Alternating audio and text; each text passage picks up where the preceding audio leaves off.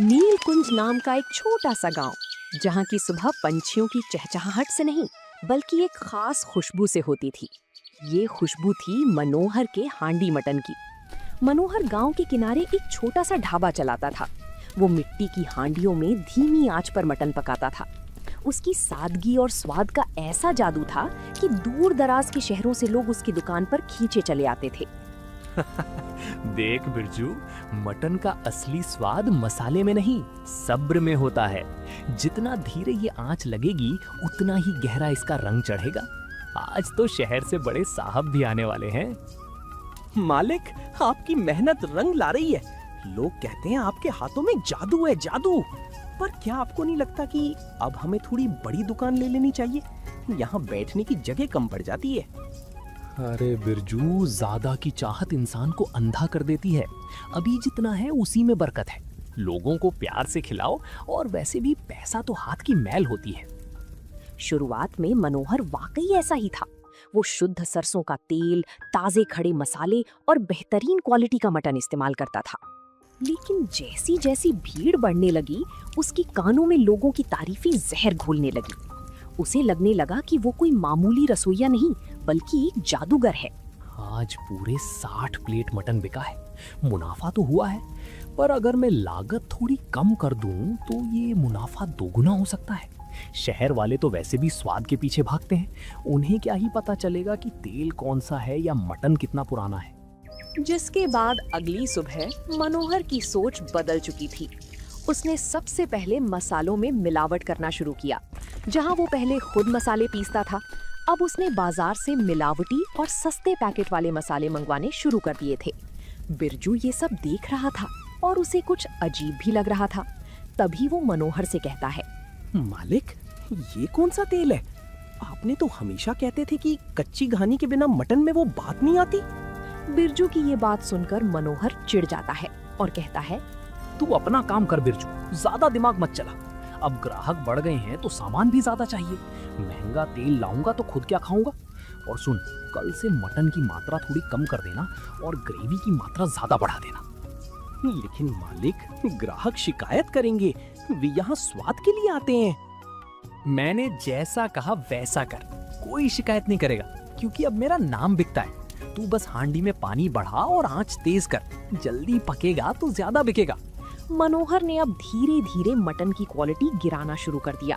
उसने ताज़ा मटन के बजाय कोल्ड स्टोरेज का सस्ता और खराब क्वालिटी का मटन खरीदना शुरू कर दिया। ऊपर से उसने दाम भी बढ़ा दिए। लोगों को लगने लगा कि शायद महंगाई की वजह से ऐसा हो रहा है, लेकिन मनोहर की तिजोरी अब तेजी से भरने लगी थी। मनोहर भाई, आज वो पुरानी वाली बात नहीं लग रही। ग्रेवी कुछ पतली सी लग रही है और मटन भी थोड़ा कड़ा सा लग रहा है। साहब, अब वो पहले वाला जमाना भी तो नहीं रहा। आप तो सब जानते ही हैं, हर चीज कितनी महंगी हो गई है। खाना है तो खाइए, वरना पीछे लाइन बहुत लंबी है। मेरा मटन आज भी इलाके में नंबर 1 है। मनोहर का अहंकार उसके लालच के साथ कंधे से कंधा मिलाकर चल रहा था। उसे लग रहा था कि वो जो भी परोसेगा, लोग उसे अमृत समझकर पी जाएंगे। लेकिन वो ये भूल गया था कि विश्वास बनने में बरसों लगते हैं और टूटने में एक पल। मुनाफे की भूख ऐसी बढ़ी कि मनोहर को अब हर ग्राहक में सिर्फ नोट नजर आने लगे थे। उसने अपनी ईमानदारी को ताक पर रख दिया था। अब वो हांडी में मटन कम और सोयाबीन के टुकड़े ज्यादा डालने लगा था, जिन्हें वो मटन की ग्रेवी में इस तरह डुबो देता कि ऊपर से पहचानना मुश्किल हो जाए। मालिक, ये तो धोखा है। आप मटन की जगह ये क्या मिला रहे हैं? अगर किसी को पता चला तो हम कहीं के नहीं रहेंगे। गांव के लोग हम पर भरोसा करते हैं और आप उनका भरोसा तोड़ रहे हैं। चुप कर बिरजू, ये धोखे की बातें मुझसे मत कर। तुझे तेरी पगार से मतलब होना चाहिए। ये शहर वाले लोग हैं, इन्हें मसाले का इतना चस्का है कि इन्हें पता ही नहीं चलता कि ये मटन चबा रहे हैं या कुछ और वैसे भी हांडी का ढक्कन बंद रहता है। अंदर क्या है ये सिर्फ मुझे और तुझे पता है। लेकिन मालिक, आपकी चमक इस ईमानदारी से थी। अब आप उस हांडी में स्वाद नहीं, बेईमानी घोल रहे हैं। तू ज्यादा ज्ञान मत बांट। अगर तुझे यहाँ काम करना है तो जुबान पर ताला लगा ले, वरना रास्ता नाप। बिरजू खामोश हो गया, लेकिन उसका मन शांत नहीं था। मनोहर ने अब हांडी में रंग लाने के लिए केमिकल वाले रंगों का इस्तेमाल करना भी शुरू कर दिया था, ताकि ग्रेवी लाल और चमकदार दिखे। जो भी उस मटन को खाता उसे थोड़ी देर के लिए तो स्वाद आता, पर बाद में भारीपन महसूस होता।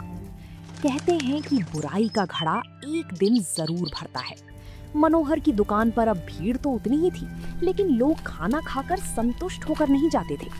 धीरे धीरे गांव में अफवाहें फैलने लगी कि मनोहर के ढाबे का खाना खाने के बाद लोगों का पेट खराब हो रहा है। मनोहर बेटा, मैंने सुना है कि आजकल शहर से आने वाले कई लड़के तुम्हारे यहाँ खाना खाकर बीमार पड़ रहे हैं। क्या बात है? तुम वही पुराना मसाला इस्तेमाल कर रहे हो ना? अरे काका, आजकल के लोगों का पेट ही कमजोर है। थोड़ा तीखा क्या खा लिया, बस पेट बोलने लगता है। मेरे मटन में कोई कमी नहीं है, बस नाम सुनकर जलने वाले लोग ऐसी बातें फैला रहे हैं। बेटा, लालच इंसान को अंधा कर देता है। याद रखना, मिट्टी की ये हांडी पवित्र होती है। इसमें अगर तुम कपट पकाओगे तो वो ज्यादा दिन नहीं टिकेगा। मनोहर ने बुजुर्ग की बात को एक कान से सुना और दूसरे से निकाल दिया। उसी शाम एक बड़ी बिजनेसमैन की गाड़ी ढाबे के सामने रुकी। उसने मनोहर को 500 के कई नोट दिए और अपनी पार्टी के लिए 10 बड़ी हांडी मटन तैयार करने का ऑर्डर दिया। तभी मनोहर ने बिरजू से कहा, देखा बिरजू, काका बोल रहे थे दुकान नहीं चलेगी, यहाँ तो ऑर्डर की बारिश हो रही है। अब देख इन 10 हांडियों में मैं क्या खेल करता हूँ। मटन आधा होगा और ग्रेवी डबल। ये पैसा नहीं, बद्दुआएं हैं मालिक। मनोहर ने रात भर जागकर उन हांडियों को तैयार किया। उसने खराब क्वालिटी का मटन और ढेर सारे गरम मसाले डाल दिए ताकि मटन खराब क्वालिटी है ये पता ना चले। उसे लगा कि वो आज माला माल हो जाएगा, लेकिन उसे अंदाजा भी नहीं था कि ये 10 हांडियां उसकी विनाश का कारण बनने वाली हैं। अगली सुबह मनोहर ने बड़े गर्व के साथ वे 10 हांडियां उस बिजनेसमैन की गाड़ी में रखवा दी। उसे अपनी चालाकी पर बहुत नाज हो रहा था। उसने आधे से भी कम मटन का इस्तेमाल किया था और बाकी जगह सोयाबीन और भारी मात्रा में नकली मसालों से भर दी थी। पैसे जेब में आते ही मनोहर के पैर जमीन पर नहीं पड़ रहे थे। देखा बिरजू, इसे कहते हैं धंधा। एक रात की मेहनत और महीने भर की कमाई एक साथ। तू फालतू में डर रहा था, वो सेठ तो खुश होकर गया है। मालिक, मुझे तो डर लग रहा है। आपने उस मटन में बहुत ज्यादा मिलावट की है। अगर उस पार्टी में किसी की तबीयत बिगड़ गई तो बहुत बड़ी मुसीबत हो सकती है। अरे क्या ही मुसीबत होगी, ये शहर के बड़े लोग हैं। अगर थोड़ा बहुत पेट खराब हुआ भी तो सोचेंगे ज्यादा खा लिया। तू बस अब अगली तैयारी कर। सुना है अगले हफ्ते गांव में मेला है, वहाँ हम अपना बड़ा स्टॉल लगाएंगे। लेकिन मनोहर की ये खुशी ज्यादा देर नहीं टिकी। पार्टी शुरू होने के महज 3 घंटे बाद ही मनोहर के पास फोन आने शुरू हो गए। उस पार्टी में जितने भी मेहमान थे उनमें से आधे लोगों को पेट दर्द की शिकायत होने लगी। देखते ही देखते खबर आग की तरह फैल गई। दोपहर का वक्त था। मनोहर अपनी दुकान पर बैठा ग्राहकों का इंतजार कर रहा था। तभी अचानक 4-5 गाड़ियां धूल उड़ाती हुई उसके ढाबे के सामने आकर रुकी। वही बिजनेसमैन और उसके साथ कुछ गुस्से में भरे लोग बाहर निकले। उनके हाथों में वही मिट्टी की हांडियां थीं। तभी वो बिजनेसमैन गुस्से में मनोहर से कहता है, मनोहर, ये कैसा हांडी मटन खिलाया है तूने हमें? तेरी वजह से मेरी पूरी पार्टी खराब हो गई और मेरे 3 दोस्तों की तबीयत भी बिगड़ गई है। और ये देख, इस हांडी में मटन कहाँ है? ये तो केवल सोयाबीन और रंग है। साहब, वो गलती हो गई होगी, शायद मसालों का कुछ असर हो गया होगा। मैं अभी आपके पैसे वापस कर देता हूँ। पैसे? तूने हमारी सेहत के साथ खिलवाड़ किया है और अब तू पैसे की बात करता है? हमें पता चला है कि तू हफ्तों से लोगों को खराब क्वालिटी का मटन खिला रहा है। आज तेरा ये ढाबा नहीं बचेगा। नहीं, रुक जाइए। बिरजू, पुलिस को बुला। गांव वालों, देखो ये लोग क्या कर रहे हैं। मालिक, मैंने आपको पहले ही चेतावनी दी थी। आपने लोगों के भरोसे के साथ खिलवाड़ किया है। अब मैं आपकी कोई मदद नहीं कर सकता। गुस्साए लोगों ने मनोहर के ढाबे की हांडियां फोड़ दी और उसका सारा सामान तहस नहस कर दिया। गांव के लोग भी वहां जमा हो गए और मनोहर की करतूतों की निंदा करने लगे। जो मनोहर कभी गांव की शान हुआ करता था, आज वो सबके सामने हाथ जोड़कर अपने ढाबे को बचाने की भीख मांग रहा था। गुस्साए लोगों का शोर सुनकर गांव के सरपंच वहां आए और साथ ही पुलिस भी मौके पर पहुंच गई। मनोहर के ढाबे के पीछे पड़े खराब क्वालिटी का मटन और मिलावटी तेल के खाली डिब्बे उसकी गवाही खुद दे रहे थे। जो रसोइया कभी अपनी स्वच्छता के लिए जाना जाता था, आज उसकी असलियत सबके सामने थी। मनोहर, हमें यहाँ से ऐसे घटिया रंग और खराब क्वालिटी का मटन मिला है जो लोगों के सेहत के लिए हानिकारक है। तुम न केवल लोगों की सेहत से खिलवाड़ कर रहे थे, बल्कि तुम उन्हें धोखा भी दे रहे थे। बिरजू, क्या तुम्हें इस सब के बारे में पता था? साहब, मैंने मालिक को बहुत बार रोका, पर लालच ने इनकी बुद्धि भ्रष्ट कर दी थी। इन्होंने मुझे धमकी दी थी कि अगर मैं किसी को बताऊंगा तो मुझे काम से निकाल देंगे। इंस्पेक्टर साहब, मुझे केवल एक बार माफ कर दीजिए। मैं सारा जुर्माना भरने को तैयार हूँ। मेरा खानदानी नाम मिट्टी में मिल जाएगा। मनोहर को हथकड़ी लगाकर ले जाया गया। गांव की गलियां जहां कभी उसके नाम की तारीफें होती थीं, आज वहां लोग उसे धिक्कार रहे थे। उसका ढाबा सील कर दिया गया और वो मिट्टी की हांडियां जो उसकी पहचान थीं, आज टूटी हुई सड़कों पर बिखरी थीं। जेल की सलाखों के पीछे मनोहर को अब वो सुकून नहीं था जो उसे अपनी छोटी सी दुकान पर मिलता था। यहाँ उसे वही साधारण खाना मिल रहा था जिसे वो कभी नफरत से देखता था। उसे अपनी गलतियों का एहसास तब हुआ जब उसे पता चला कि उसके मटन की वजह से गांव के कई लोगों की तबीयत बिगड़ने लगी थी। ये मैंने क्या कर दिया? चंद पैसों के लिए मैंने उन लोगों का भरोसा तोड़ दिया जो मुझ पे आंखें बंद करके भरोसा करते थे। बिरजू सही कहता था, पैसा तो हाथ की मैल है, पर साख चली जाए तो फिर कभी लौट कर नहीं आती। आज मेरे पास पैसा तो है, पर उसे खर्च करने की आजादी नहीं, और ना ही कोई अपना कहने वाला। मालिक, आपकी जमानत की अर्जी खारिज हो गई है। गांव में अब कोई भी आपके पक्ष में गवाही देने को तैयार नहीं है। बिरजू भाई, मुझे जमानत नहीं चाहिए। बस ये बता कि क्या वो लोग अब ठीक हैं जिनकी तबीयत मेरी वजह से खराब हुई थी? उन सब की तबीयत अब ठीक है, पर लोग अभी भी बहुत गुस्से में हैं। मालिक, आपने अपनी कला को व्यापार बनाया, वो तो ठीक था, लेकिन आपने उसे व्यापार से छल बना दिया। यही आपकी सबसे बड़ी हार है। मनोहर की आंखों से आंसू बहने लगे। उसने जिस हांडी को अपनी सफलता का आधार माना था, उसी हांडी में उसने अपने चरित्र की आहुति दे दी थी। उसे समझ आ गया था कि लालच की हांडी कभी भी पेट नहीं भरती, बल्कि वो इंसान को ही निगल जाती है।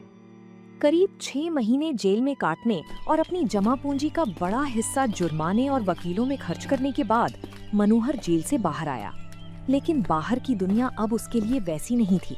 उसका ढाबा खंडर बन चुका था और गांव में कोई उससे बात करना तो दूर, उसकी तरफ देखना भी पसंद नहीं करता था। वो पूरी तरह से अकेला पड़ चुका था। जिस जगह ने मुझे पहचान दी, आज वहीं खड़ा होकर मैं एक अजनबी जैसा महसूस कर रहा हूँ। लालच ने मुझे कहीं का नहीं छोड़ा, ना साख बची, ना सम्मान। मालिक, आप आ गए? मैंने सुना था कि आप आज छूटने वाले हैं। हाँ बिरजू, पर अब वापस आकर क्या करूंगा? ना कोई ग्राहक आएगा, ना ही मेरे हाथों में अब वो जादू बचा है।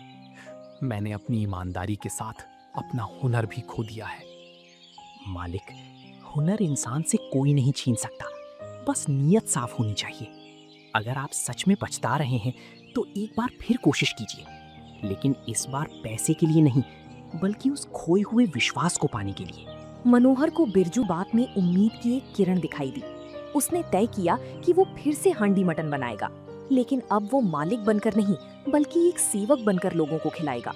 मनोहर ने अपना पुराना ढाबा एक बार फिर खोला, लेकिन इस बार उसने प्रतिज्ञा की कि वो अगली 1 साल तक केवल शुद्ध सामग्री का उपयोग करेगा और उससे होने वाली कमाई का एक हिस्सा गांव के अस्पताल में दान करेगा। शुरुआत में लोग नहीं आए, लेकिन मनोहर डटा रहा। भाइयों, मैंने अतीत में बहुत बड़ी भूल की है। मैं आपका विश्वास फिर से जीतना चाहता हूँ। आज का खाना मेरी तरफ से फ्री है। बस एक बार चख कर देखिए कि क्या मुझ में अब भी वो पुरानी सच्चाई बची है। धीरे धीरे गांव के लोगों का दिल पिघलने लगा जब उन्होंने देखा कि मनोहर खुद वही खाना खा रहा है और मसालों की वही पुरानी शुद्ध खुशबू फिर से लौट आई है। तो लोग वापस आने लगे। इस बार मनोहर के पास कोई आलीशान काउंटर नहीं था, ना ही वो नोट गिनने की जल्दी में था। मनोहर भाई, सच कहूं तो आज फिर से वही पुराना स्वाद आया है। शायद इसलिए क्योंकि आज आपकी हांडी में लालच नहीं, बल्कि ईमानदारी पक रही है। आपने सही कहा भाई साहब, स्वाद मसाले में नहीं, साफ नियत में होता है। अब मुझे अमीर नहीं बनना, बस आप लोगों की दुआएं कमानी है। मनोहर समझ चुका था कि सफलता का कोई छोटा रास्ता नहीं होता। लालच की हांडी एक बार तो भर सकती है, पर वो हमेशा के लिए भूख नहीं मिटा सकती। आज वो फिर से वही मनोहर बन गया था जिसे पूरा गांव प्यार करता था। एक साधारण इंसान जिसका मटन उसकी पहचान नहीं, बल्कि उसका चरित्र था। तो दोस्तों, आप लोगों को ये कहानी कैसी लगी कमेंट करके जरूर बताएं और ऐसी कहानियों को देखने के लिए वीडियो को लाइक करें और चैनल को सब्सक्राइब करें।